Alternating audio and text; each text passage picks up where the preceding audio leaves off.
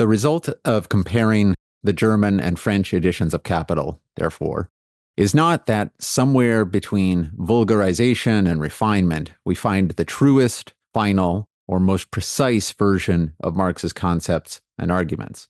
Rather, what is most significant is the work of rewriting Capital for a changed and changing political and economic context. There's no original context to which Marx's work in Capital can be confined, nor any final context towards which it develops. Marx's project in Capital always departs from where it begins in the hope of reaching somewhere else. This is true in the crudest material form. Marx wrote in London, but in German and French. He was enthusiastic about the Russian edition. When he hoped for an English translation, he was thinking of an American translation. The International, of which Capital was the manifesto, was always of necessity a work of translation and retranslation. And in the translation of Marx's compressed German into smooth French, and in Marx's laborious unfussiness about the work of translation, therefore, perhaps we can recover his concern to disclose the facts about the dynamics of a society dominated by the capitalist mode of production. The very roots of evil, of negativity and singularity, including the ultimate form of singularity, which is the whole state of things, the pure violence without object anymore. This is the typical violence of information.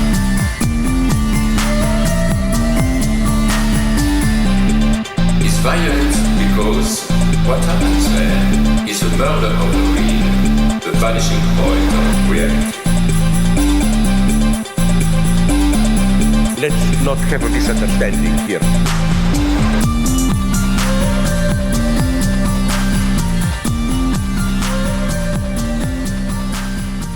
Welcome to this week's edition of the Machinic Unconscious Happy Hour with Cooper Cherry and Taylor Atkins.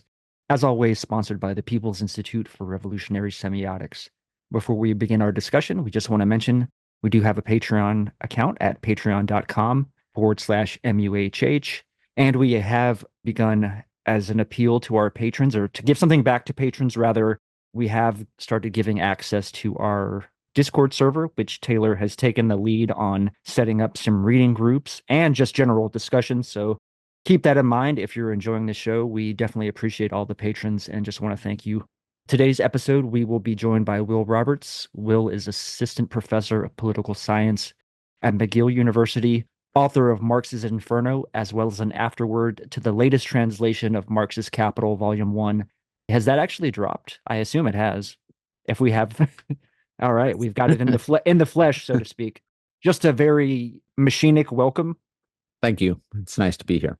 I just wanted to say thank you also for your patience, because I know I reached out to you a couple years ago, and obviously Twitter isn't necessarily the best means of keeping up with one another, right? And so it was via Twitter. At the time, it was called Twitter, right? And we were gonna talk about Marx's Inferno in full. So today we're gonna kind of do like a duality of man type episode. We're gonna talk about the afterword and get into some of that and the reasons why you wrote this and some of the details, but also at least we're going to focus on specifically chapter 5 of Marx's Inferno. But I do appreciate that not that I had forgotten you, it's just that with the appearance of the new volume and with your association with it and your contribution to it, it seemed like a novel reason to reach back out. And so I appreciate your willingness then and now to come and spend time with us. Thank you for the invitation. It worked out well. I will say, one of the things that we always like to do, and I think this is great to lead up to reasons for perhaps how you got involved with the new volume. We always kind of like to ask about the origin story, philosophical or otherwise, theoretical, however you want to conceive it, your interest into intellectual pursuits. And I guess, do you have an anecdote, or even if you want to walk us along some stages in life's way that can maybe crystallize for us and for the listener how you maybe got interested in philosophy and then, Sure. Let's say revolutionary politics more broadly, but maybe also Marx could fit in there somewhere since Right. It seems important. But Right. you just take us on a journey. My conversion to philosophy, as it were, my conversion story to philosophy far predates my serious encounter with Marx. It does involve an encounter with Marx, though, although it didn't really mean anything at the time. But I went to college thinking that I wanted to be a history major because I'd loved my AP American history class my senior year in high school, and we had read Howard Zinn's People's History of the United States, or like that was like one. It was on the shelf, and I had read a lot of that, and my teacher had been very interested in labor history and stuff like that. So I'd really been excited about that. And I went to college thinking that I was like, okay, yeah, I'm going to be a historian. That's cool. So I took my first history class, and it was an exciting history class. It was on the revolutions of 1848. And I was bored out of my mind most of the time. Like, I just was like, oh, we are going so slow, and we are not talking about any of the interesting stuff here. We're just talking about dates and weird people who don't seem very important or interesting, especially. I just didn't get it. So the topic was exciting, but the class wasn't. The class was not at all. And at the same time, I had signed up for this intro to political philosophy class. And that class was crazy because it was a 2-term course. And it was like every 3 weeks we were doing a new big book, right? It was like Plato's Republic, 3 weeks, Aristotle's Politics, 3 weeks, all the way through Richard Rorty's Irony, or Contingency, Irony, and Solidarity. That was the last book in the like long list. It was like 15 books long or something like that. I had a conversion experience in that class every 3 weeks.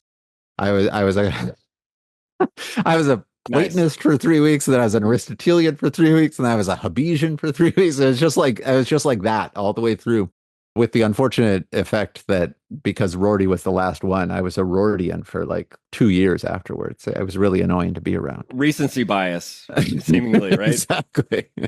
That's what got me. That was the bug. Like I was hooked, and so I knew I wanted to be a philosophy major after that. That was where all the cool stuff was happening. Did you do Marx in that class? We did do Marx, and so I was a Marxist for 3 weeks, but then. Nice. But then we did some radical feminism after that, and something else, and then Rorty, and so I ended up an ironist instead. It was actually it was the Iraq War that was in grad school. I had not stayed an ironist. I had not stayed like some, I had definitely continued to care about actual serious political commitments, but the Iraq War was the thing that made me very anti-systemic for the first time since I was like in high school or whatever. Like I was just like I was like, no, this thing is rotten to the core, and there's not a possibility for moving things domestically through normal politics, and there's not this sort of like post-Cold War vibe where it seems as if everything is just now going to be about gradual progress towards a better and better liberal order. Like right. I was like, oh, never mind. No, that's not happening.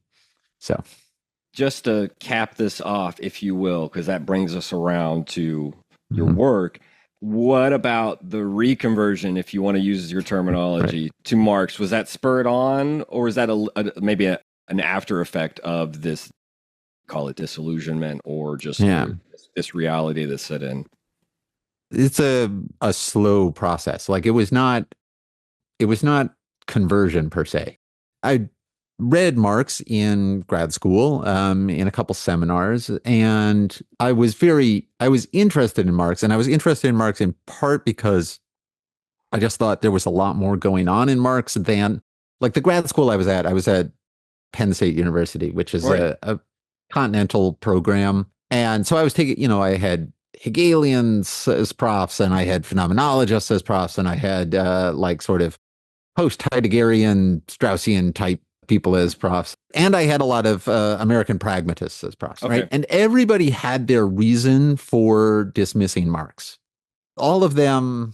And this is a philosophy department, right? This is but like Marx is a bit of a bugbear for a lot of, like, Merleau-Ponty went through a phase of being very closely connected to Marxism, but also, definitively moves away from it. Obviously, Heidegger is a fascist, but, like, Marxism is important to him, but as a bugbear. I felt like Marx was just kind of always there, one step in the background. You always had to justify, like, the position that you were taking philosophically by sort of dismissing Marx. And so when I read Marx in grad school, I was just like, I just feel like this is none of these sort of hand wavy dismissals of Marx are just not landing for me. Like they aren't touching what he's actually writing. Like there's a lot more going on there than these people are giving him credit for, et cetera, that sort of thing. And part of that was because I was pretty naive about the Marxist tradition. Like I grew up in South Dakota. Like I didn't encounter any Marxists ever. I was just kind of reading Marx naively, as it were, right? Just in a sort of, well, how do you make sense of this book, this text, whatever it was that we were reading at the time?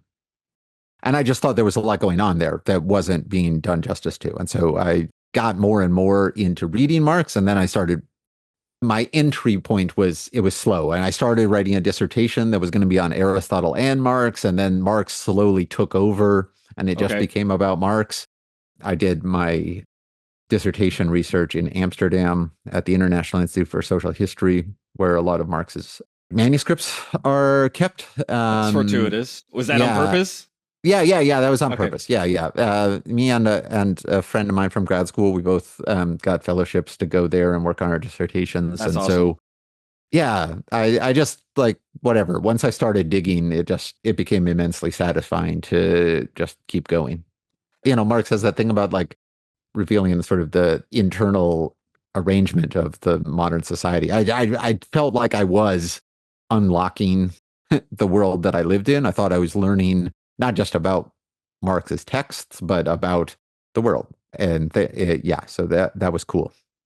I like your use of bugbear. It reminds me a little bit of this notion of, names in the history of philosophy. I'm only going to touch on Deleuze for a second, but, his notion of conceptual personae. So when these thinkers are writing about Marx, it came clear to you that they're using him as a foil, as a mask for, whether it be the political, history that postdates him or whatnot. Anyway, I was just thinking about that's use of bugbear. I like that because it's even stronger than something neutral like conceptual personae. And I guess I would link that into, is your time at Penn State in grad school when, I believe in your acknowledgments to Marx's Inferno, you write about this reading group that inspired the construction of this book. And you mentioned some friends, I don't remember their names off the top of my head, but was this part of your time as you were writing the dissertation, maybe predates it or postdates it? Yeah, this was at the beginning of the dissertation. I did this reading group with a couple fellow graduate students and a professor. I ended up marrying one of those fellow graduate students. So Wonderful. It was the best sort of reading group that you could have, right? Marx seems well suited to a reading group. A very romantic guy. Yeah. Well, I meant more as in the collective discussion can help at parts, even like chapter 1 of part 1, the notoriously difficult chapter. Yes. It helps to have some friends to keep you going and not lose faith. Right. It does. Absolutely. And we didn't just read Marx. We read Hegel, and we read a bunch of young Hegelians. We read Bauer, and we read Feuerbach, and we read Stirner, and and so Cooper's favorite, it was it was pretty intense, but it was incredibly formative for me, that reading group. Yeah. I can see, just thinking about not just the way Dante's Inferno obviously is using Dante as a helpful guide, and I like how you kind of portray Marx as the kind of modern Virgil leading us through the hell of capital and all that. It's a helpful analogy, but one of the things that I really took away from your book that's really striking and makes it just an invaluable resource is so much of the kind of socialist theorists that kind of predate and are current with Marx, these other thinkers that give a lot of context to who exactly is Marx dealing with, not just in his footnotes, but who is he talking to? Right. And I think that helps to really provide some of that context that if one were to just open Capital randomly, naively, perhaps, as you said, would be absolutely lost on someone. And that was kind of happenstance. Like that was a very happy accident. Like I had been very interested in Marx's citation of Dante at the end of the 1859 preface, dating from that reading group in grad school. And I thought it was weird that he compared science and hell. And I was just like, this is a strange thing for Marx to do. What's going on here? But I didn't know what to do with it. I thought about it a lot, but it was just kind of like, this is cool and weird. And that was it. That was about what I could say. And it was only after I started at McGill, I was working with like 3 undergraduate RAs one summer. I had a tenure track job and I had to produce a book. So I was like, well, I'd better start writing. And I knew I wanted to write a book on Marx and to do something better than what I'd done in my dissertation. But I had encountered a lot of contextual scholarship in political theory. And I was like, okay, I feel like I need to, if I'm going to make this intelligible as a political theory book, I need to do some contextual stuff. I need to start looking around. And these 3 undergraduate RAs were so incredibly helpful. I was literally like, let's just go look at Proudhon, and you go look at Saint-Simon, and you go look at, I was just like Robert Owen or something like that. And I was just like, you're just doing word searches. Just look for anything that hits with this sort of cluster of concepts. And they started coming back with just like all this stuff. And we spent all summer reading, well, not just that summer, but part of the summer after as well, just reading tons of this 19th century socialist stuff that like I'd read short excerpts from before, or like I had no clue. And it was fascinating to me. And I'm really lucky that I ran into that stuff, because it was just, as soon as I started hitting that stuff, it's just like pieces were falling into place every week. It was like, oh, that's what Marx is talking about in this passage that I never understood. Oh, that's an explicit reference. And I had no idea. That was the most exciting period of discovery that I've ever been part of. It was cool. I think that helps to give a lot of the weight to, for example, when you discuss the sort of moral discourses surrounding socialism. Without that anchor, it doesn't give as much weight to the moral reality of Dante's Inferno, for example. So it kind of counterbalances the and just thinking about it too. I'm sure, and I bet I've missed it. I'm sure there are books on Shakespeare and Marx, because that's another like literary figure that Marx constantly references. I'm glad that you followed up on this, I'm not going to say hunch, but this insight about Dante. And we'll come back to Marx's Inferno in a minute. Yep. I do want to give you one more story opportunity. How did the afterword come into play in terms of either you volunteering or being selected? And perhaps this relates to some of your other research at the time, because I know that you, even in Marx's Inferno, you write about the French edition. Sure. Just spoiler alert for listeners, the afterword will talk about, as you may have heard from the cold open, some of the divergences between the German and the French. But you write about the French translation in Marx's Inferno at certain important footnotes. So it's obvious that you have had an interest in the different editions, whether it be the second edition versus the other ones, and then the French translation. Do you want to say maybe a word about the origin of your being chosen, or even, as I said, volunteering to write the afterword? That happened because, so a colleague of mine here at McGill, Gavin Walker, he and I were, he's since left for Cornell, but he and I we were talking about putting together an edited volume on the concept of primitive accumulation. And we were like talking about various candidates or something like that. And one of the people we wrote to was Joel Wainwright, who teaches at Ohio State. And we contacted Joel, and Joel is good friends with Paul Ryder, who ends up being the translator. And so because we contacted Joel, Paul had been thinking about doing this translation project. And we contacted Joel, and that, like, my name then connected for Paul, and he was like, oh, well, he was reaching out to lots of Marx scholars at that point and just trying to get feedback and thoughts and that sort of thing. And so Paul wrote to me out of the blue and just saying, like, look, I'm thinking about retranslating Capital. And, do you have any thoughts? Would you be supportive of something like that? Do you think it's necessary?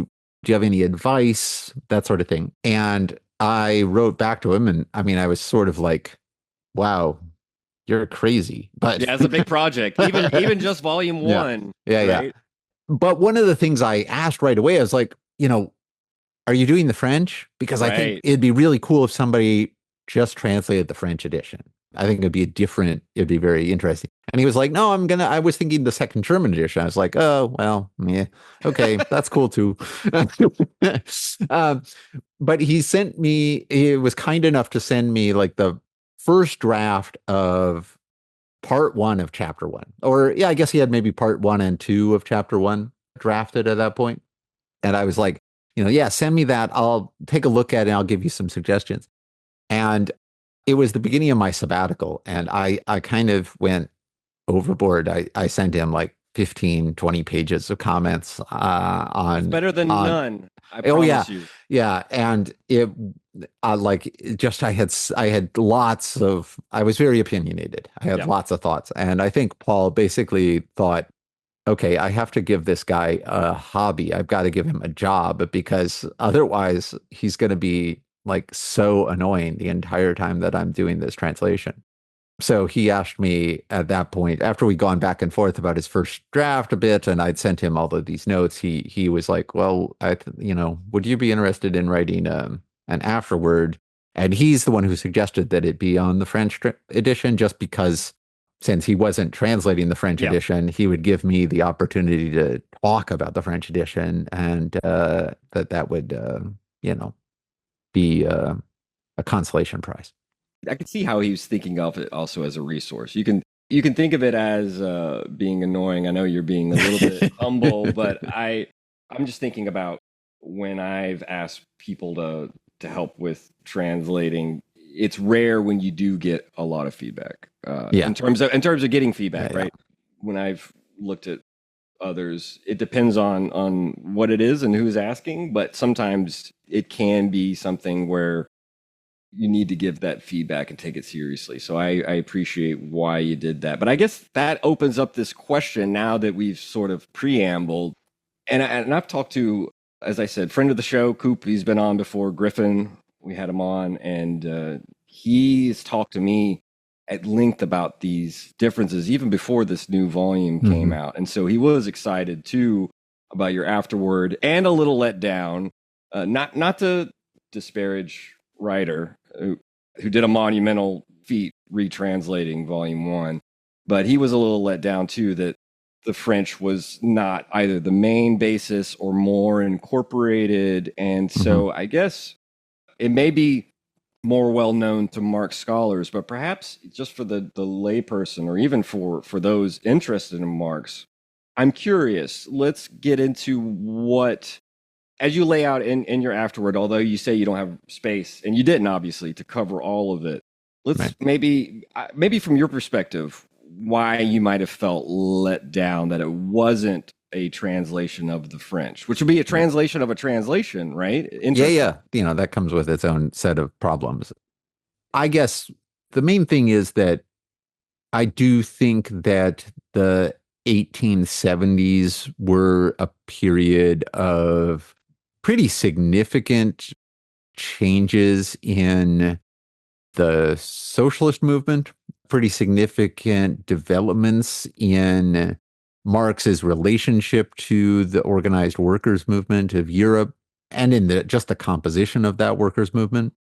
And because the French translation is something that Marx worked on for over 3 years in the middle of the 1870s, I think it's an interesting document of his changing position on certain questions, but also just on his effort to constantly be rethinking or updating, like changing capital to try to make it speak to a different audience. It's kind of ironic because as I say in the afterword, like the reason there was a French edition was because of the Commune and because of the failure of the Commune. But that's the irony too. It's like the thing that Marx always wanted to have a larger influence on the French socialist movement. And he got an opportunity to have that larger influence because the Commune was destroyed. And he would have loved to have had that influence on the Commune itself.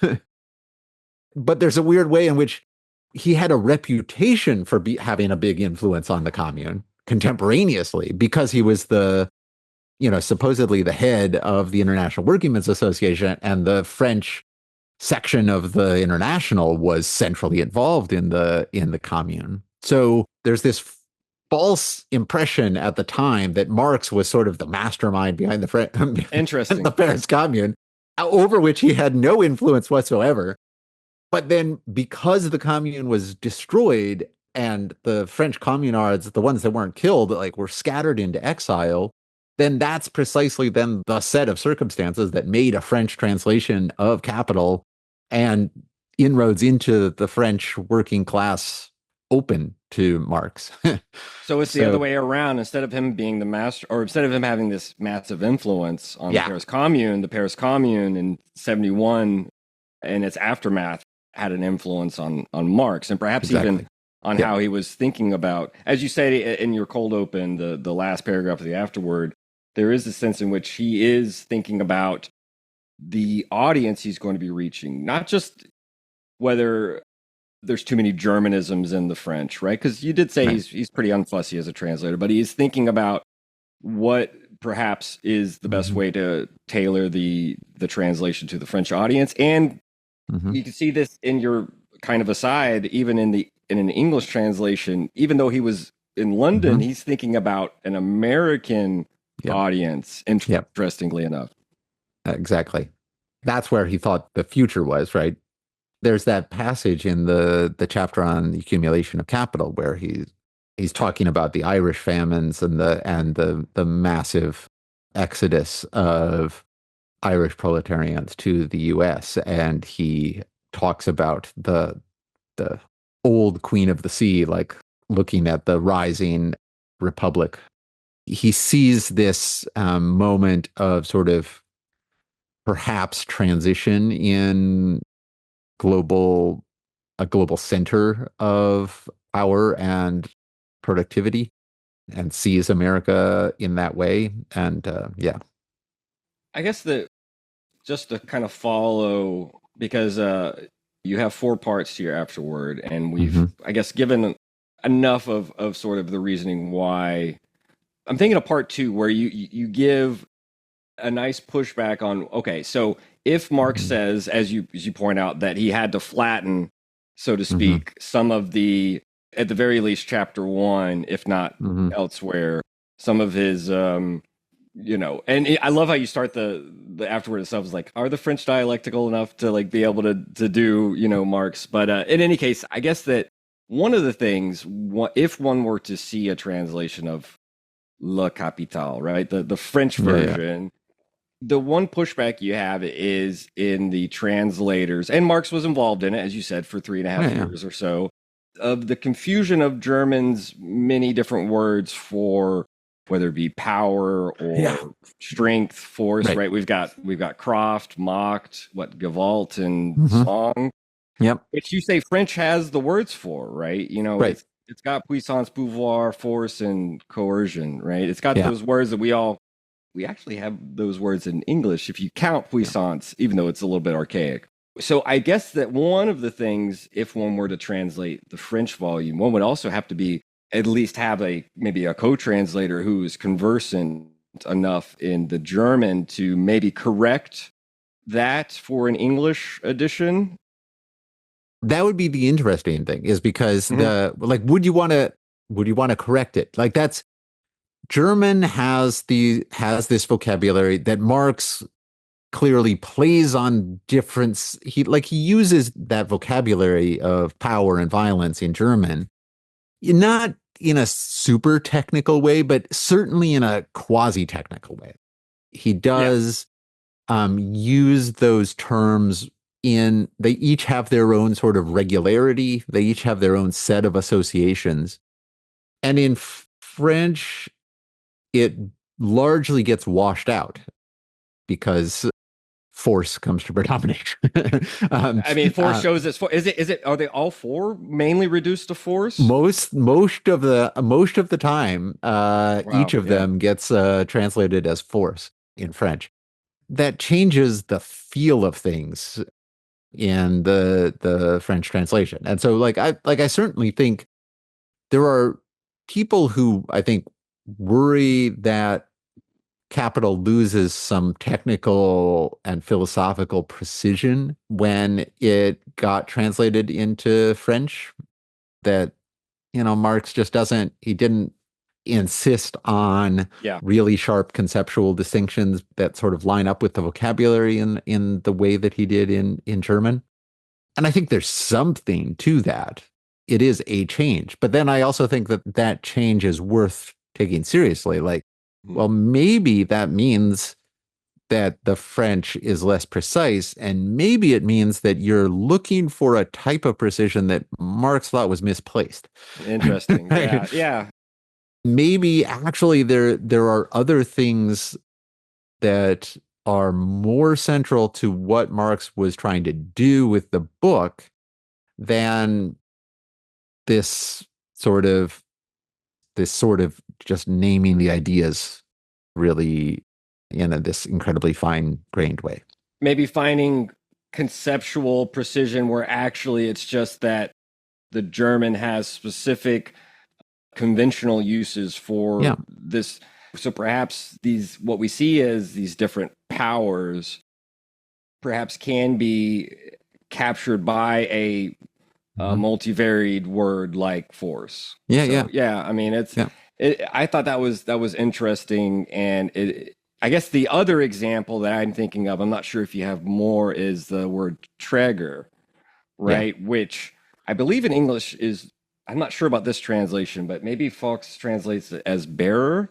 That's right. Because it's about someone's a bearer of values. And I suppose that in German, at least, the notion of bearing something could be akin to like wearing it. And so it has this dramatic, in the sense of theatrical sense of wearing a mask, whereas in the French, it's translated maybe a little bit more literally as support or port, right? A carrier. And so it takes on this kind of, instead of the persons being, these personae wearing masks, they are these support beams. And you kind of suggest that perhaps this leads maybe not unilaterally, but leads to something like Althusser's structuralist reading. Maybe I'm boiling down a little bit too much, but that was the gist I got. That point is not original to me. There's I want to make sure that I cite his name correctly. There is an article. I'm looking for the name too. I think I'm knowing the scholar. It's Kyle Bosch. That's right. Bosch. Okay. He has this fairly interesting article called The Theater of Economic Categories, where he talks about this.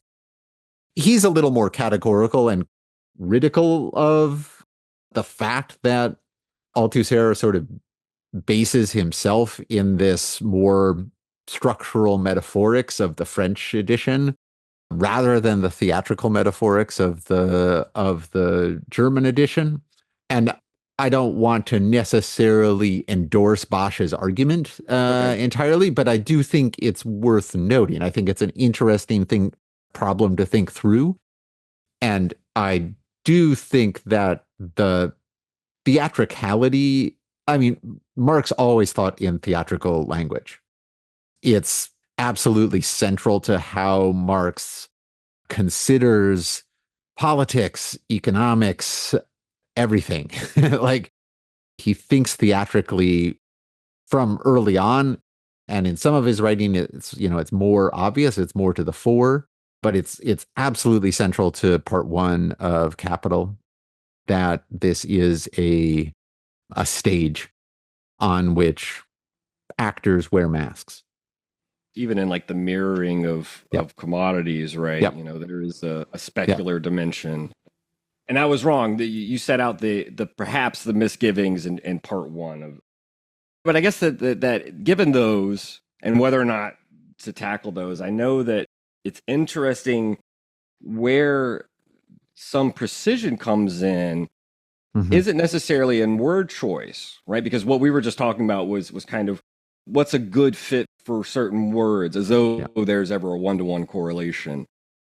It's part two of your afterword that the precision seems to come from Marx himself, and from what we were talking about, perhaps this aftermath of the Paris Commune, and thinking about it's not necessarily hedging his bets, but perhaps giving some additional information where the German might have left it less determined. And that was something really interesting to me. And you were able to dive into some of these big categories and concepts like fetishism, like ideology.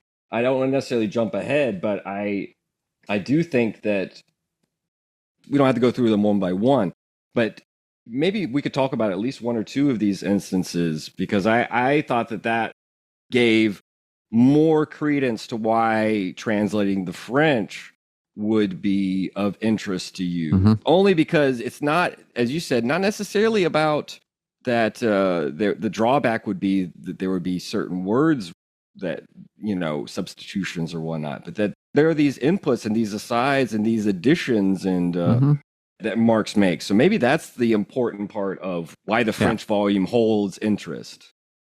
I would say there are four different types of things. So there's the fact that there are changes that are introduced just because there are not strictly equivalent words, right? It's also true, though, that like the way that you construct a French sentence is not the way that you construct a German sentence. Of course. Yeah. Right? And actually some, I think, really important changes are introduced just because reproducing a sentence from German into French requires changing the grammatical structure, and that sometimes has the result of making something clearer or more explicit than it was in the German. Yeah. So that's like the central case I consider in my afterword is that passage from the fetishism chapter, where in the German it's perfectly ambiguous whether Marx is saying that commodity producers in a market society, whether they are controlled by their products or whether they're controlled by the movement of their products.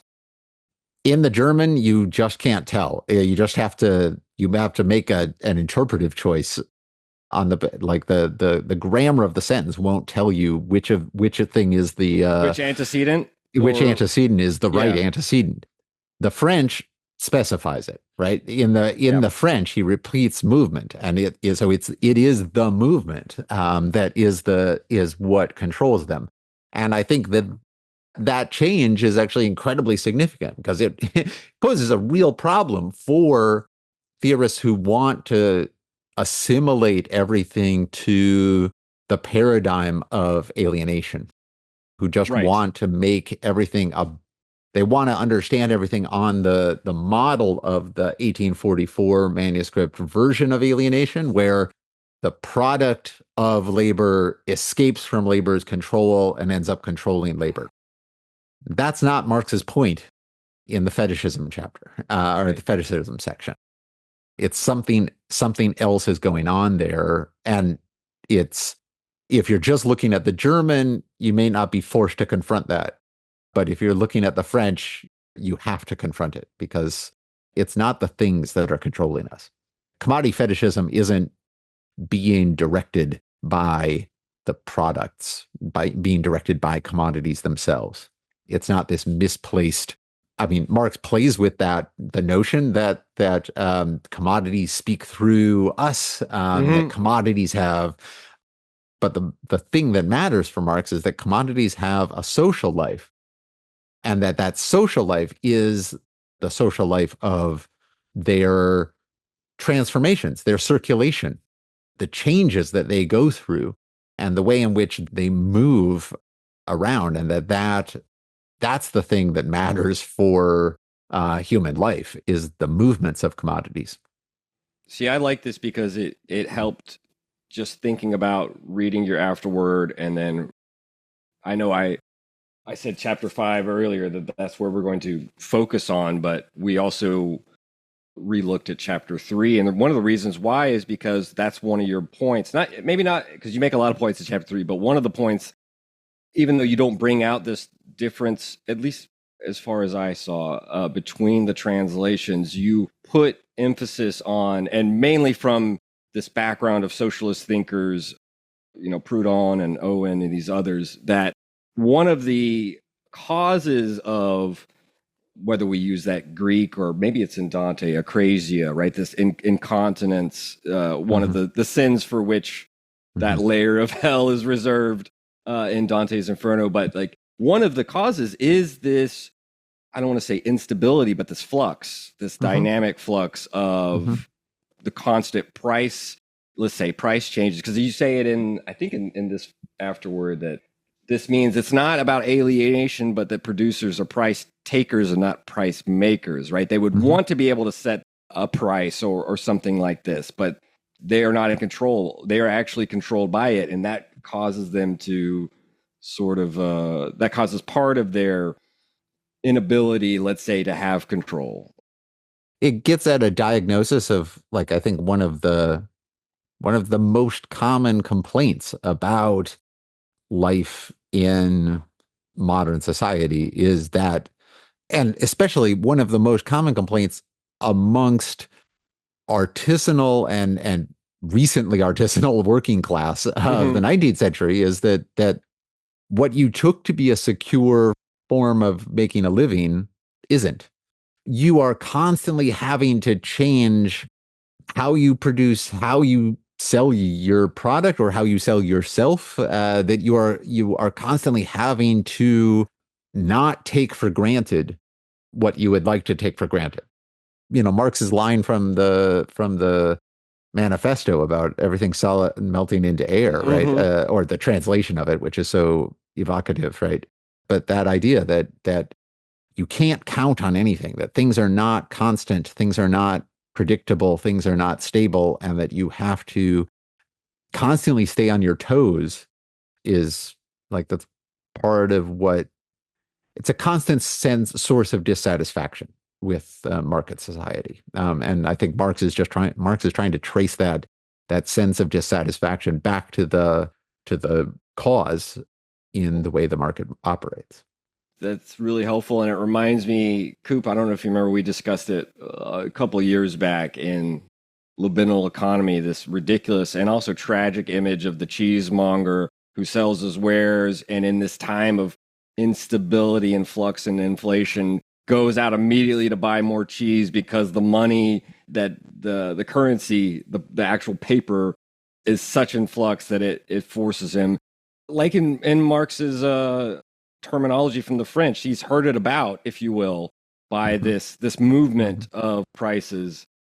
The other thing, I guess, you said something evocative, and maybe I'm just thinking, and I don't know, I'm guessing, is it that the German original doesn't use this kind of this movement, that this phrase that kind of has become almost the slogan, everything solid melts into air? Does he use the German like chemical term of sublimieren, like sublimate, or that's just a guess? Yeah, I would have to go back and look at the. It's not as sexy as what you're saying, maybe. I just know that that the English translation of the manifesto that we have is so ingrained in our ear. Some of the poetry of the manifesto that we associate with the manifesto really is the poetry of the English translation. It's not all. There is poetry in the German original, but sometimes it's different poetry. Yeah. So no calls to retranslate the manifesto then. That one's nice and short, and there actually are people every few years somebody's like, I think I need to try that again. And there you go. You can compare lots of translations of the manifesto if you are so inclined. So the first one is that not everything is alienation, as you pointed out. What's important, I think, just to reiterate, and you may have said this in passing, is how the German from the second edition, that's carried over into the third and fourth as well, because it doesn't provide the specific antecedent, whether it be the movement of things or the things themselves. We get this kind of, we can take that and then look at, say, the 1844 manuscripts or the Paris notebooks and find these, or even later in Capital, I think, and maybe find some contextual evidence that would reinforce the German where, it is the things, and not Marx's specification that it's the movement. What you brought out and that has consequences already is you argue, I think pretty convincingly, that so much of what follows in English scholarship, and I assume in German too, follows this indeterminability that decides for it's the things and it's alienation, and that has consequences that has theoretical consequences. It makes it a lot easier to just assimilate different parts of Marx's analysis and to treat Marx as if he has this one thought that then he applies to lots of phenomena, right? Just sort of like stamps lots of things with the same mold. And some people find that attractive. They think that's it becomes then the key for unlocking things. But I think it also, for other people, it makes Marx seem much more, it makes him seem more a priorist, more like someone who had a sort of speculative philosophical claim that then he just goes around the world finding confirmation of that everywhere he looks. Now, this is just to try to keep the thread going before we move on to Marx's Inferno. You said there were 4 things, and I think that one of them, if you know where the thread begins, okay. Yeah. I talked about the grammar, right? I talked about words, and then we talked about grammar. And then it's also true that I do think there are places where Marx really does change how he is saying something in ways that are, I think, reflective of changed political circumstances or changed sense of the audience. The most famous one of those is the change in the preface, where Marx, when he's writing in German to Germans, he's telling them the more industrially developed country shows to the less industrially developed country the image of its own future. England is your future, Germany, and that's it, right? When he's addressing it to the French, he pulls back a little bit from that and doesn't quite say that this is your future, but rather he says, if you're on the industrial ladder, then you're locked in. But France is not as obviously on the industrial ladder as Germany is. Put it like France is Russia before Russia was Russia or something like this? It's this massively underdeveloped peasant-based society, right, in which property relations had not really changed in the countryside at all, since the Ancien Regime. Serfdom had ended a long time ago, but you ended up with all of these like freeholder peasants who were constantly parcelizing their land to divide it amongst their children. And it's just minuscule plots of land around the countryside that, it's what he talks about in the 18th Brumaire, when that's why he says that the peasants are like potatoes in a sack, right? In the sense that each of these little plots of land is exactly like each of the other plots of land, and they don't incentivize developments in productive technology. They don't encourage production for the market, except insofar as you're producing like a surplus for the market. The production relations in the countryside are completely anti-modern from the perspective of Britain. The British countryside looks nothing like the French countryside. And so in that sense, the peasant question, the rural question, what do you do with the peasantry? That's a very burning question in France. And Marx thinks it's, part of the reason that the commune went down so quickly and so bloodily was just that they had no way of getting the rural producer to support their demands, because the rural producer just had no stake in what they were fighting for. So solving that has to be solved. If there's going to be a revolution in France, the relationship between the urban proletariat and the rural peasantry has to be resolved. You've got to have some sort of union of peasant and worker, which obviously that's the problem that Lenin took to be the problem to be solved in Russia. So was that was that Marx's change in the preface where it's France? It's Marx's change. That's Marx's change. So France is Russia before Russia was Russia? Marx doesn't say France is Russia. Okay. I say France is Russia. But okay. I just wanted to be clear, because I thought that was well said. And Marx, take notes, buddy. Let's get a time travel machine. And so if that's the third one, then it's the audience. And then the fourth one is just that Marx brings in empirical stuff that changes.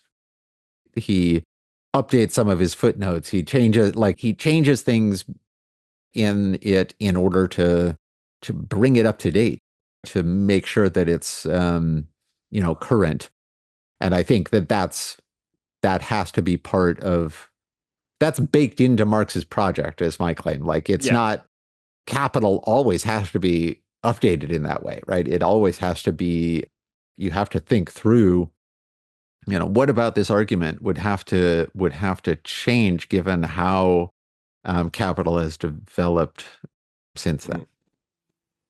And I guess that one of the things we noticed too in the background is a little bit of reorganization of chapters, a little bit of reorganization of, some paragraphs are cut, some, I thought you said, was it 10 paragraphs on John Stuart Mill are added? And it's like, who is he?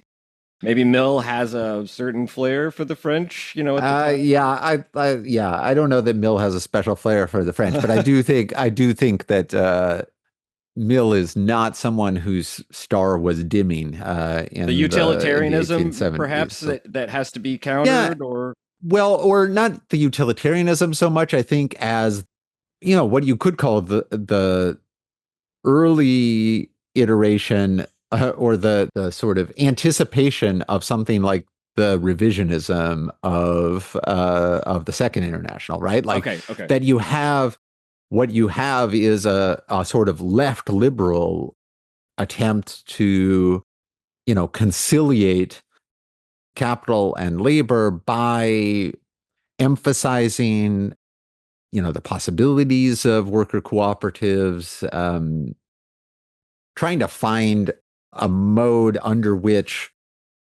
the class struggle would not be fought out.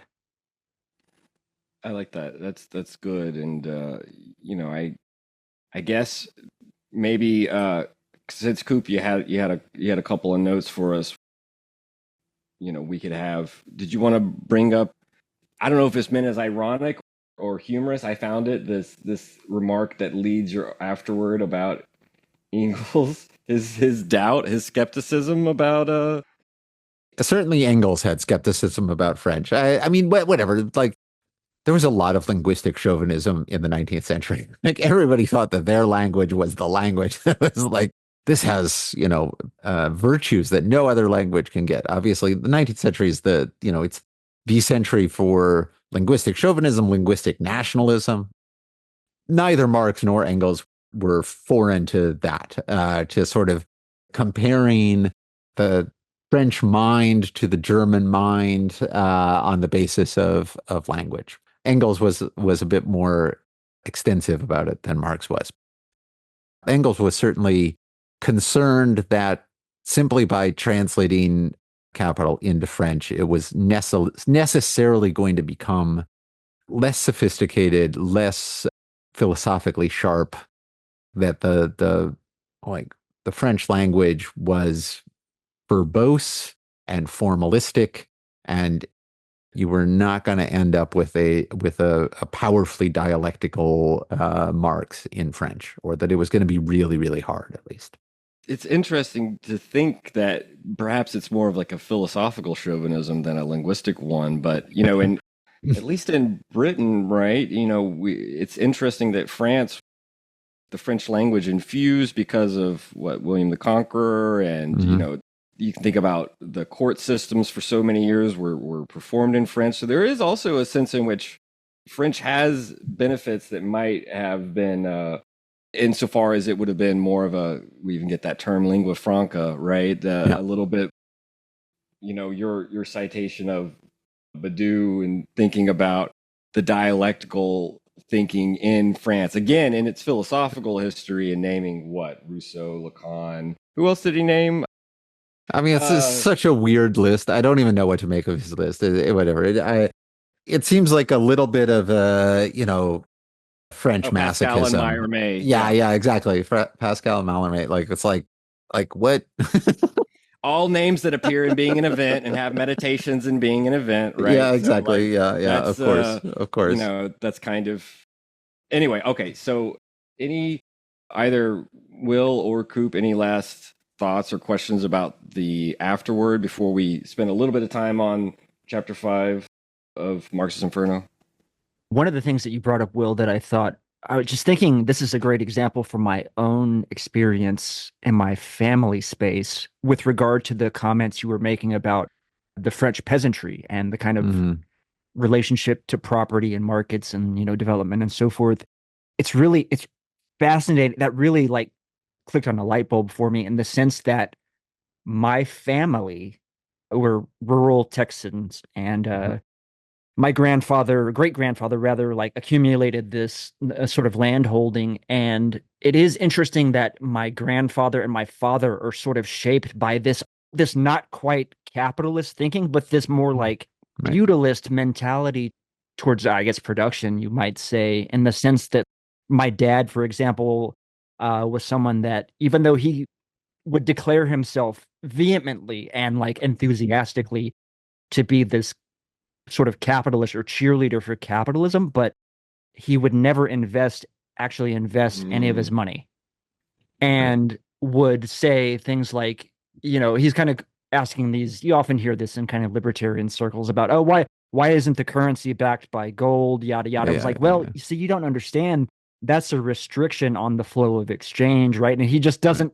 Well, why does everything have to be so fast, yada yada, which I think goes to your point about motion. So it's really fascinating how that mindset, and same thing kind of applies, because really, our land, if it wasn't for the discovery of oil and that, the productive capacity of the land is nothing. We're not, it's not like we're drawing income and be able to sustain ourselves, even though we own property and a significant, a fairly significant bundle of property.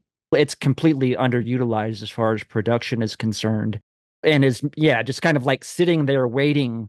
I mean, this is the mechanism of like property taxes, right? Is to turn unproductive land and capital back into productive, what I mean, to reintegrate it into the circuit of production. Yeah. And I don't know, that was just such an amazing realization to just kind of see how that mentality, even within the US, which looked to be this new frontier, let's say, for a type of exchange that was not so dominated by the feudalist filial ties, right? Because that sort of lingers. That has a far stronger legacy in Europe, right? And probably like was a barrier to capital's expansion in the way that the US, in the way that it kind of decoded those flows more so to speak, and allowed for a little bit more of that flux process to occur, right? There's something, I don't know, there's something interesting in the way that ancient regime sort of thing still applied, even in the mindset of like 20th century Americans, right? Just based on that dialectic between the rural and the city and the worker and the agrarian, kind of this older economic ideal. I mean, that wasn't quite a question, but that's cool. Well, I was thinking since more like a realization. Yeah.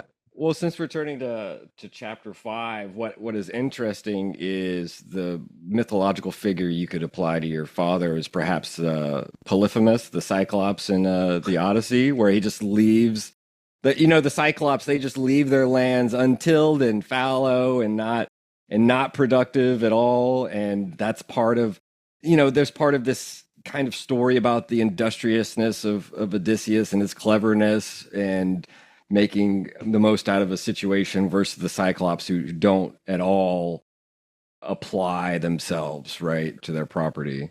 So in a remake of the Odyssey, Polyphemus would have oil wells instead of sheep.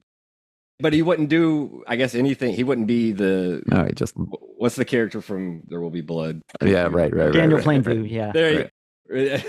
I drink your milkshake. Yeah, it's no, but that's I guess, Coop. I know that you.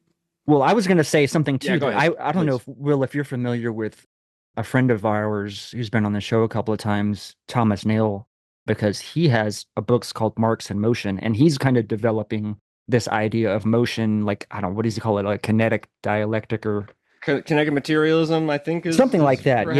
Yeah. Where the focus is on more so on the motion and really draws on Marx and kind of going back to, what is it? His dissertation on Democritus and Lucretius. So I don't know, I found some interesting connections with some of the statements you were making in chapter 5 there, but also in the sense of like this fraudulent aspect of, because he makes this argument too, that it's kind of like, he called it capitalism ontological swindle, which I like that phrase quite a bit. But I don't know, I just kind of thought that was an interesting little convergence point. And I don't know if you have if that spurs any statements on or if you want to take that and run with that at all. If not, please feel free to. I have run across just recently. I ran across a couple of references to your friend's book, but I haven't chased it down yet. Anyways, but I should do so because that sounds like it would be up my alley. Yeah, Taylor, you might be able to help kind of give a little bit more to run on there, but. I mean, I'm glad you brought it came to mind is all because we were talking about it's the movement of things in the French translation that Marx makes sure. I suppose I can imagine an exchange of letters or even just maybe they met or maybe didn't. Was it Lechetre that translated it? I can imagine him being like asking at certain points, I kind of need an antecedent. French has a little bit, is a little bit, usually a little bit more like this one here rather than that one back there, right? It's a little bit more concrete. And so you can imagine Marx being like, and let's just reiterate the subject and make sure that it's the movement of things.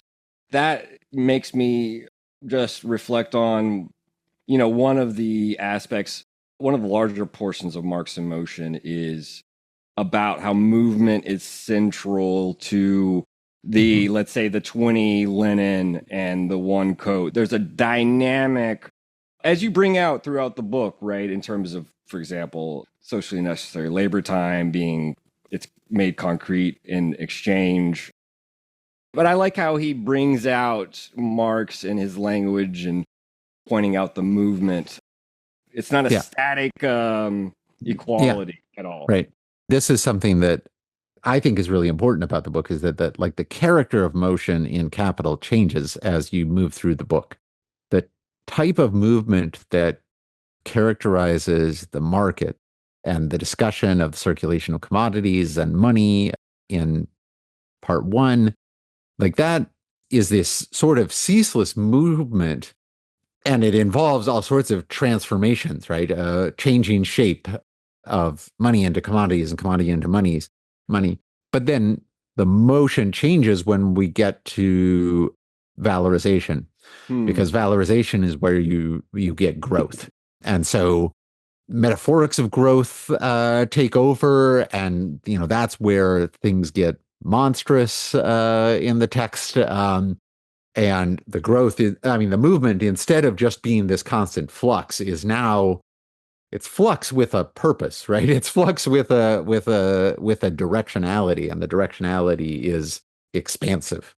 I think that's very important. And that changes again when we get to the section on relative surplus value, because you get not just quantitative growth, but like qualitative development, right? You get the development of the productive forces, right? You get transformations in the way in which production is being carried out. You get the machinic, right? Is introduced, and that gets into chapter 5. But I think that part of Capital is in some ways the hardest part of Capital, because it is the part of Capital where Marx sort of directly confronts the ambivalence that he has and that we all have about capitalism, because it is both the thing that it seemed like it's the thing that lends promise to history, but at the same time, it's the thing that always seems to frustrate the very promise that it holds out. And I think that's just central to the way in which he constructs those chapters in parts 4 and 5 and 6, and the way that's why what I liked about thinking about it as a type of fraud is precisely because it involves the good becoming the bad. And Marx doesn't want to deny that the good is there, but he does want to trace out how the good becomes the bad, how we come to be tormented by the thing that seemed so promising. I guess real quick, it makes me think of, that's kind of two Hegelian aspects, if you will. At least one is sort of tracing the science of logic, where we go from that flux of this, that, the sense certainty, to quantitability and how it turns into quality. And so maybe that's part of why it's so difficult. Is but the other thing being this kind of tearing with the negative, because if I remember, I thought it was this chapter where you do kind of point out, it's not that Marx has some kind of faith, at least in Capital, maybe elsewhere he writes about it differently, but it's not that he has some sort of faith that capitalism is just going to ramp up the productive forces. It's that it's destruction and what it wreaks havoc on kind of forces different modes of cooperation. It's the immiseration. It's the immiseration. Am I using that word right? It's the committing people to misery that forces them to different cooperation. But it's also the destruction, perhaps, that we think about more today, as you said in your book, with climate change, devastatingly. We have to go through Capital, but it's going to get worse before we can get out the other side and start to rebuild and get better.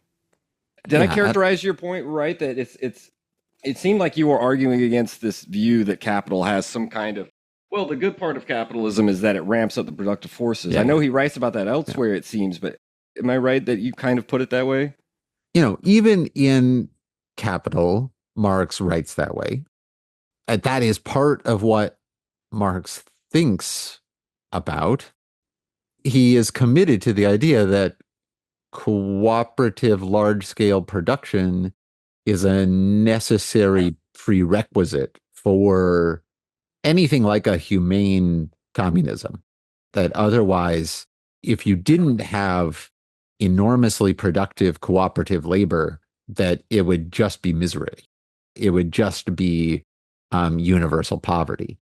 But he also, I think, really struggles to articulate what about the capitalist development of productive forces you would actually want to keep, because there's nothing like the fragment on machines in Capital, right? There's none of that sort of quasi-utopian, we will, sort of mechanize our way into a scientific future in which we step back from production and, just gain an overall understanding of it or something like that. He doesn't see that anymore. Working these machines, working in this large scale way is deadening, and and the separations that it puts in place between the city and the countryside, what someone like John Bellamy Foster talks about, the metabolic rift, like whatever, like the way in which it disarticulates the metabolism between the human life cycle and the life cycle of the soil and the earth. Marx is committed to the idea that it is also teaching us how to overcome that, but is not able to point to how it does that.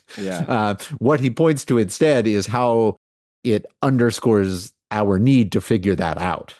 So it's more like this entire section seems to me to be much more about magnifying the difficulty of figuring it out, magnifying the problem, rather than providing solutions or anything like that. Yeah, exactly. Rather than giving us some sort of hope that there's technological development is going to make everything easier for us next year or 5 years from now or 10 years from now or something. You so anticipated my thought about metabolic rift, because this is a concept that I've been, maybe over the last 6 months, something that really fascinates me, even with respect to the development of a production, geographically speaking, like this dialectic between the countryside. I mean, you can see this over and over throughout history, not only in globalization, but even with the US, right? The recent development of the Sun Belt as a productive center, right? So it's like capital encounters a barrier or something that mediates its ability to accelerate in the northern states. The political sort of human security system, if you'll allow me to use that phrase, that puts a check, that's a little brake blow on capital's acceleration. So it's like a thermodynamic process where that capital then flows by necessity to a place where there's a smoother, less resistant political structure in place to restart the cycle over again, right? And then it just keeps on repeating this same process ad nauseum, right? Until either the system dies or, I don't know, something else happens. But again, not so much a question, but I was just really glad that you presaged that. That is the dynamic that we are facing. One of the things that jumped out to me early on in the chapter is, and I know we won't be able to get through everything, so I'll be quick, is just point out that in Capital, if elsewhere language is different, in Capital, it's to talk about cooperation as being the new mode. You point out in Capital, cooperation is not a new mode of production superseding capitalism, but the capitalist mode of production itself. And I thought that was, I got to put a little exclamation point there. Like, that's it was exciting because that word, it seems like, and I think that you point out that one of your sections, association, would be the French kind of positive word for this quasi-utopian mode of production. And so maybe that gets back to what I brought out and what I liked so much about your book is the context in which he's saying that, and perhaps some of the maybe that British socialist context that he's pointing out that cooperation that's not anything new, that we have that now, and that's maybe part of the fraud, right? Is that Right. cooperation association is the human face of the monster Garyon or whatever. Exactly. And you get from Adam Smith on, you get totally understandable sort of encomia to the interdependency and the cooperative social aspect of capitalist society, that it is civilizing, it is associational, it is voluntary, and it is also like how we build off the powers of one another and are able to bring our different talents and abilities into a productive relationship with one another, etc. Right? It's a constant motif, and it's a constant motif that is, you can read socialist and communist texts that are just as over the moon about that in an arch liberal text, that there's something socializing about capitalism. But I think obviously we have seen that socializing aspect of capitalism also always produces a dark side, that the civilized, market-friendly, modern society is also the genocidal society. That particular aspect of Garyon is really palpable to me. It's interesting that one of the ways that you introduced the three monsters that I thought was fascinating, that I didn't think about this. There's the three monsters of Garyon, Antaeus, and what's the other one? The three monsters killed by Hercules. Yeah. Cacus? Yes, Cacus, that's right. You introduce these sections and throughout the book, you very helpfully kind of point out, here's an interlocutor that Marx was obviously familiar with, Proudhon, and here's kind of his takes, and he seems to be kind of on the right path, but is usually screwing something up. And one of the things about the dark side that I thought was funny was you say, and I'll read just a little bit here, sorry. This is page 161 of chapter 5 of Marx's Inferno.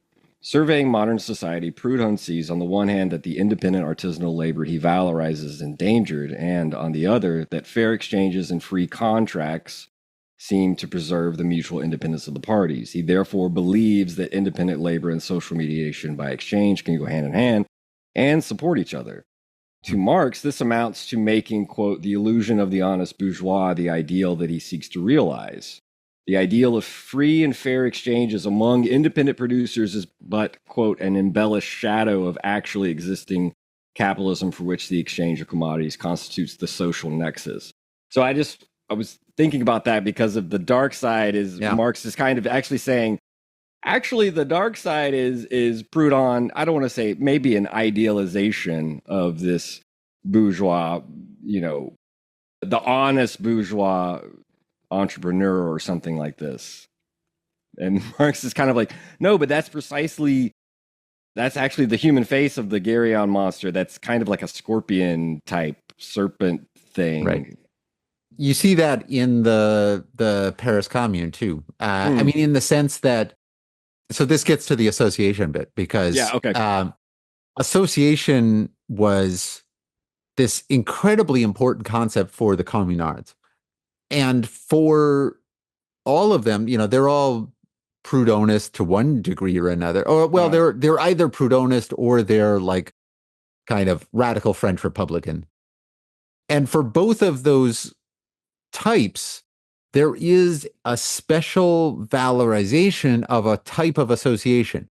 There's either the voluntary association of producers which might take the form of a sort of voluntary mutualist society, or it might take the form of voluntary exchanges, or else it's this sort of Rousseauvian idea of like a free and voluntary union in, the creation of a general will, right? Yeah. So that you're collectively giving the law to yourselves. Like a union of egoists, somewhat, yeah, right? yeah, Like exactly. In the Stirnerian sense. Yeah, and all of those repeat this. They repeat this desire to have a type of sociality that is entirely voluntary, that we choose the terms of our sociality, and they don't appreciate the way in which that choosing of the terms of your association, of your sociality, is precisely what sort of backs you into a corner in one way or another. There's always something that has been shoved out of view by that. In the commune, it was that, well, if we're voluntarily associating, then we don't have to actually think about power. We don't have to actually think about how are we going to keep enough people allied with the commune to make this something viable. Yeah. Because we're not going to care that people who don't want to be part of the commune are fleeing Paris for Versailles, and that we're just getting down to a harder and harder core of people who are really committed to this project. Right. Obviously, that's a thing that has plagued the left a lot, right? Is that so we don't have to think about power. And then but the same thing happens in the market society model too, where it's like, no, we're valorizing these voluntary exchanges. We're treating everything as if it's a voluntary exchange. We're like, no, there's no force involved. And therefore we can ignore everything that happens in the workplace, right? We can ignore the way in which the exchange of labor power for wages is not a voluntary exchange in the same sense at all, but rather is an induction of a person into a relationship of government and exploitation, right? So this is something that I think I only hint at in that book because I don't know how to think out all of the repercussions of this. But I do think that this emphasis on the good side, the type of voluntary, freely chosen society, and the way in which that always blinds us to the types of force and violence and exploitation that have to go on in the background in order for that voluntary association to be happening, or that become more likely because that voluntary association won't deal purposefully with the force and coercion that it requires. I think Marx is really onto something in thinking about this. And I think that's a completely unfinished project. That, in some sense, that is the project of figuring out a way of living together that overcomes the dead ends and disasters of our current world. Actually existing communism is the problem to be determined. It makes me think of, it's probably not as fashionable today to talk about it, but in The Walking Dead throughout its 11 seasons, so it's a lot of crap, but the main characters kind of move from these different forms of collectivity that seem to stabilize around certain forms of security and whatnot, but so much is they're always battling the zombies, and then the if you will, the barbarian others and that want to tear them down, and so much is towards the end of the show, if you will, they kind of almost beat you over the head with it, where it's like where they start to act more and more like the barbarian others and killing the people that would be a part of their society. And it's kind of like, are we the baddies? Are we the good guys? It becomes almost a parody of itself at that point if it hadn't already. But I'm just thinking about the stuff, the lying to themselves and the ways in which different forms of exchange between, because at some point there's like various communities and how that's negotiated and it's like how freely are they being inducted into these other groups and whatnot. So much of this question of power, and as we know, Marx has 4 words for them, but one of them is, I know that word Gewalt is one that Coop, you and I have talked about with, I think we talked about it with both Eugene Holland and right. Yeah, that makes sense.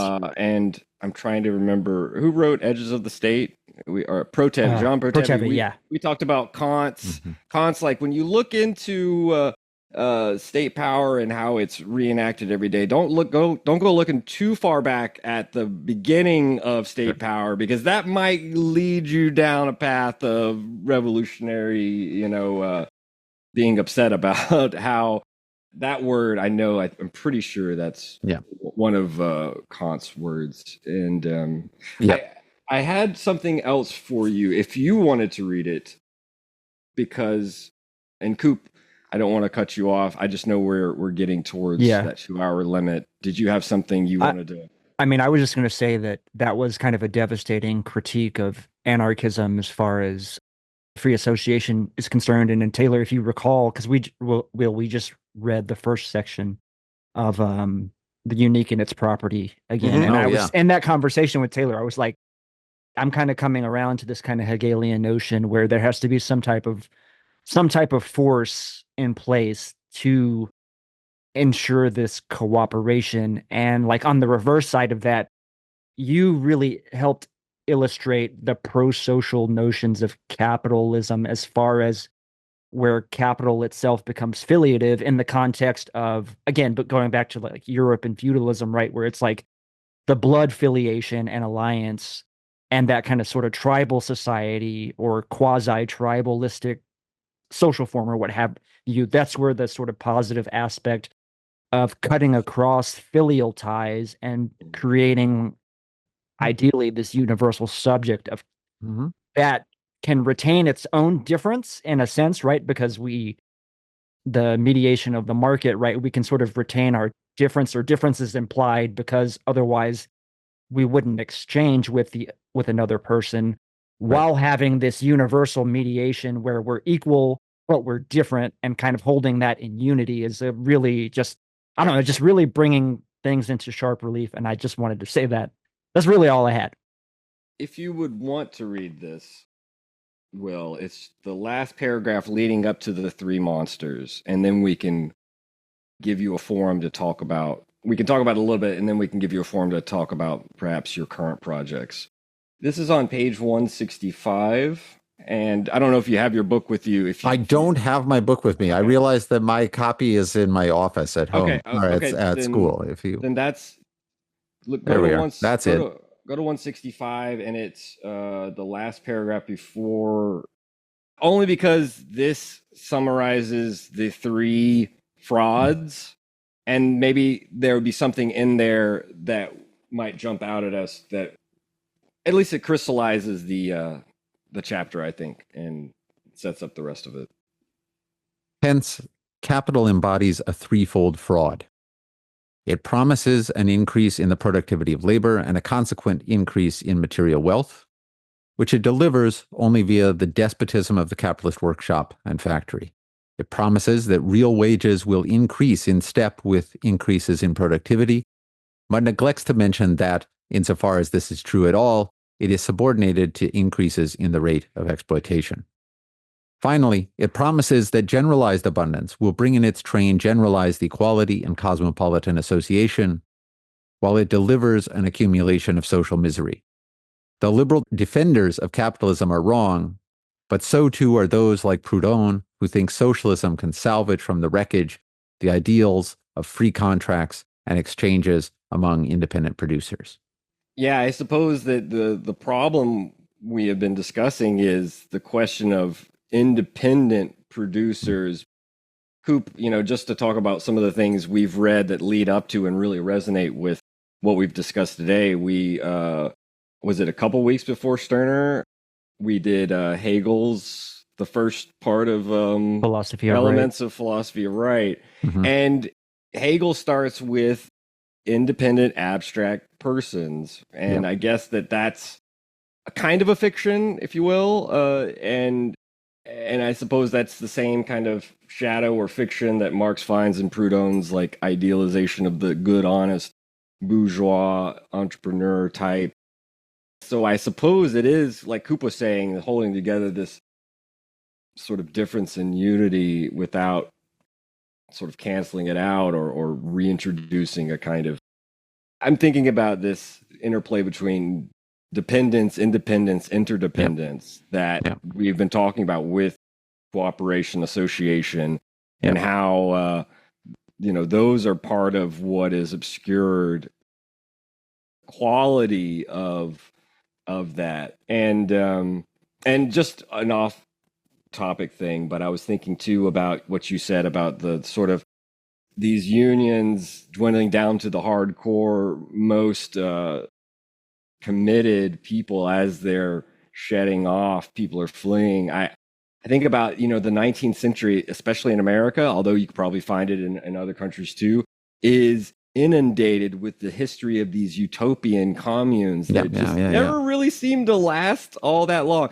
Specifically, some of my favorite are the ones in which abstinence is kind of the rule, and it's like, how are you going to reproduce literally you just need new converts all the time, right? I do like that the three, and for the readers that want to follow up, our listeners and readers, obviously, those three frauds are followed up with the monsters of Dante's Inferno, and that we talked about, the one slain by Hercules. And I don't know, as we have mentioned, that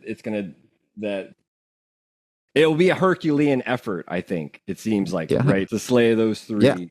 And I had forgotten, though, that two of the three monsters have to do with moving Marx and Virgil throughout hell. They're like these kind of helpful figures, or like, hey, you need to go to, you're going to Tartarus? Well, step on the monster train. I had forgotten that completely, and I thought that was maybe a bit of the irony, right? That maybe that's their helpful side. But I guess kind of like what we were talking about. Oh, go ahead. Yeah, well, I mean, at least Marx thought they could be helpful in some sense, right? Like that, as we were talking about, right? Like, yes, the factory system is a fraud. The increase in the productive powers of labor is a fraud. But he also thinks it's, he has to find a way to ride that anyway, right? And it's the same with the massive increase in wealth and population, that the production of an increasing population of wage laborers and an increasing concentration of capital in capitalism produces increasing immiseration. But it has to, like Marx thinks, we have to figure out how to ride that out as well, because that's somehow turning that concentration of capital into a concentrated form of wealth production that can be used by that increasing relative surplus population to live, and to live decently. It has to be, that's just the name of the problem that has to be solved. Part of that, and again, I'm not sure if this chapter 5 is blending in with some other chapters I reread for today, was not the whole, but part of it seemed to be securing leisure time. I know that goes back to other thinkers like William Godwin and whatnot, but there is a slogan I'm sure you've seen. I'm sure it wasn't started by Twitter, but communism is free time and nothing else. And it would be great if that were true, but then it would kind of, you would find communists all over the place that maybe weren't even associated, right? So there's obviously other building blocks that would have to go into to that. And I guess one last thing, I thought it was an interesting, the color of Marx's Inferno and The Color of Capital actually share. Did you notice that? It's true. I know. I did notice that. It's like, oh, the folks on book cover design at Princeton. Princeton they've got a color scheme that pops into their head when they start designing Marx books. It reminds me of like Da Vinci's drawings, right? A little bit that faded parchment type. Yeah. But anyway, a little sepia. Before we let you go, we do want to give you the chance, as we always do, to tell. You gave us the origin. We also want to hear a little bit about maybe the upcoming future. Sure. Do you have any projects that maybe solving this problem? No. Just tell us about your forthcoming publications or projects. I've been writing a fair bit about ideology recently. Okay. So I have a long essay on the history of ideology theory in Boundary 2, came out this summer, called Ideology and Self-Emancipation. And I also am just turned in the Stanford Encyclopedia entry on ideology. That'll be coming out this fall.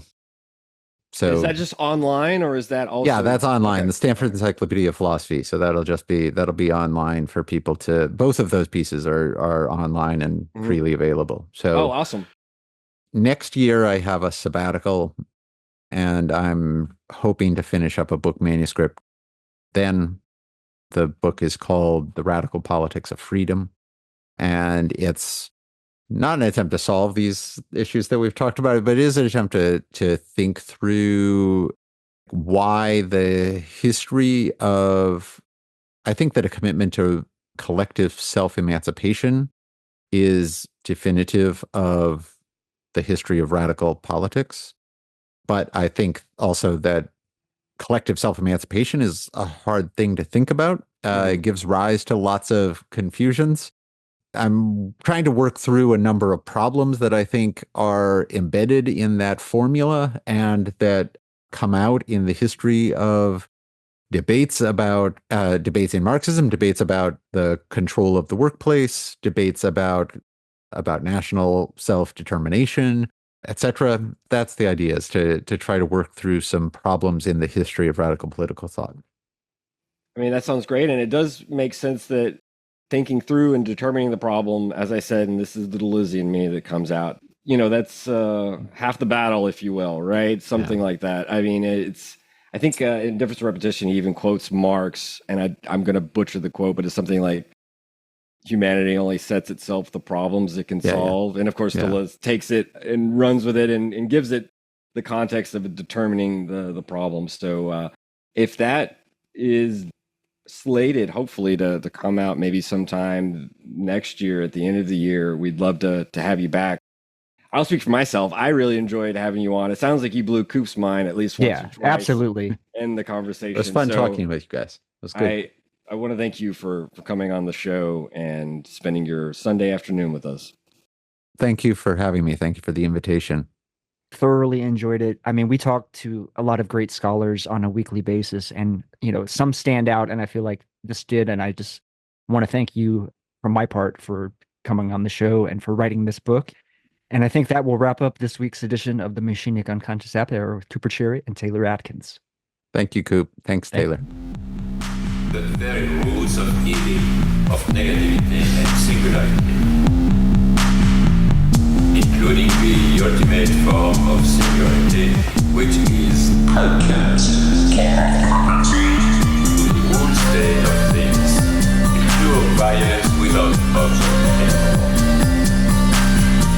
This is the typical violence of information.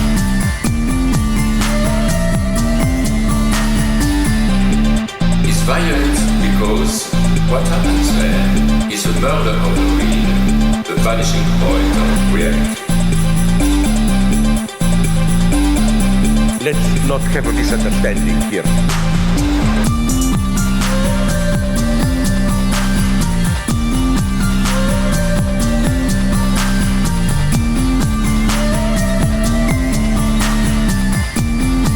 What I meant is the following.